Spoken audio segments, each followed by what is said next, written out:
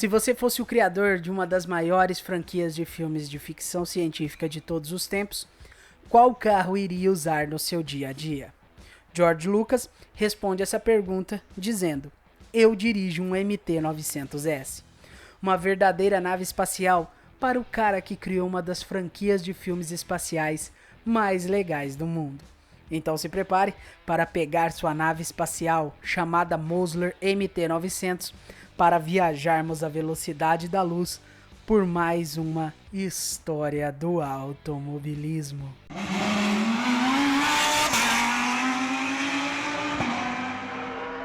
Sem enrolações, vamos já de cara à estrutura dessa obra de engenharia. O carro foi desenvolvido por Rod Trenner e lançado em 2001. Inclusive, a sigla MT se refere a Mosler Trenner, formando o nome do carro.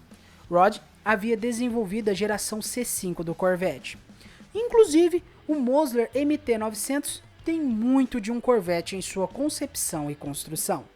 Para começar, o próprio Rod assumiu que para a criação do MT-900 usou muito como inspiração o Corvette GTP dos anos 80 e o protótipo de Corvette de motor central da década de 90, chamado Server 3. O chassi do Mosler MT-900 é composto de um monocoque de fibra de carbono combinado com uma estrutura dupla de aço molibdênio. Essa estrutura dupla está dividida entre a parte frontal do veículo e a parte traseira. Na frente, a estrutura comporta toda a suspensão do carro, que é de braços triangulares, também em aço molibdênio, com amortecedores padrão FIA, e ainda suporta todo o sistema de direção do veículo. Na traseira, a segunda parte da estrutura suporta a suspensão independente, também em braços triangulares, com amortecedores padrão FIA. Faz um papel também de suportar e acomodar o motor, que por sua vez faz parte da estrutura do carro. E ainda acomoda uma transmissão derivada do Porsche 911 GT3. Uma curiosidade é que toda essa estrutura foi pensada para atender padrões de competição, tanto em categorias INSA como na FIA. Como havia falado anteriormente, o motor faz parte da estrutura e é um LS6 V8 derivado do Corvette C5 Z06 do início dos anos 2000. Esse motor era capaz de entregar 350 cavalos de potência com 47,9 kg de torque. Como também falei anteriormente, esse motor está ligado a uma transmissão de Porsche 911 GT3. Curiosamente, essa transmissão era montada de cabeça para baixo, assim permitindo que o motor ficasse posicionado à frente do eixo traseiro. Com essa engenhosa solução, a traseira do carro não precisou ser redimensionada e o motor ficou localizado quase que ao centro do MT-900, melhorando a distribuição de peso entre os eixos. Um outro detalhe no nome desse carro é que ele já dava um indício de uma de suas maiores características: um peso máximo de 900 kg. O que infelizmente não aconteceu, pois o peso final do veículo ficou na casa de 1.175 kg.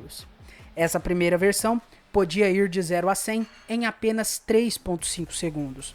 E em um teste da revista Car and Drive, o Mosler MT-900 fez 1/4 de milha em exatos 12 segundos a uma velocidade média de 190 km por hora.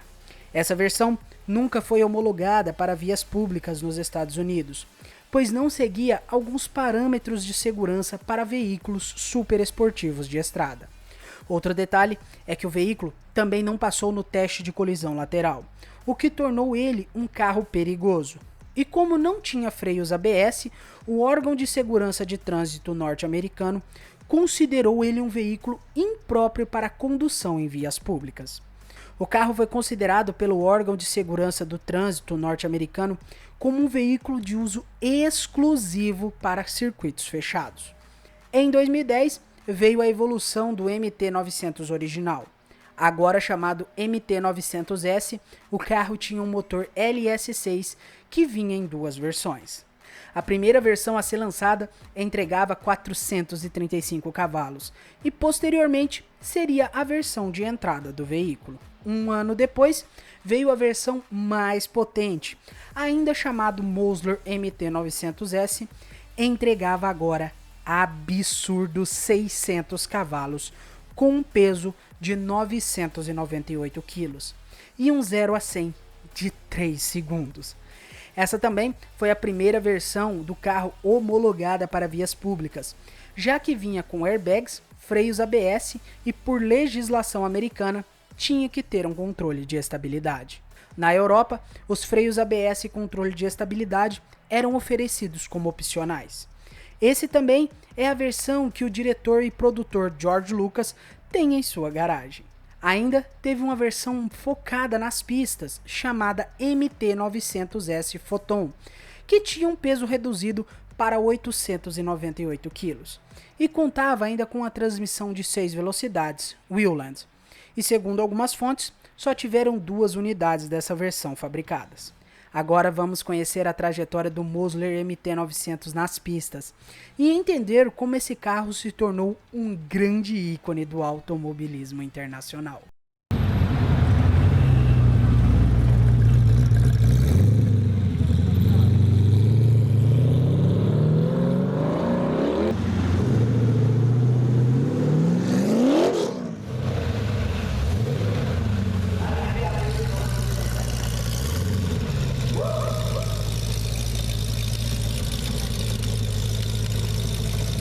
A trajetória do Mosler MT-900 é repleta de grandes vitórias e já começa em 2001.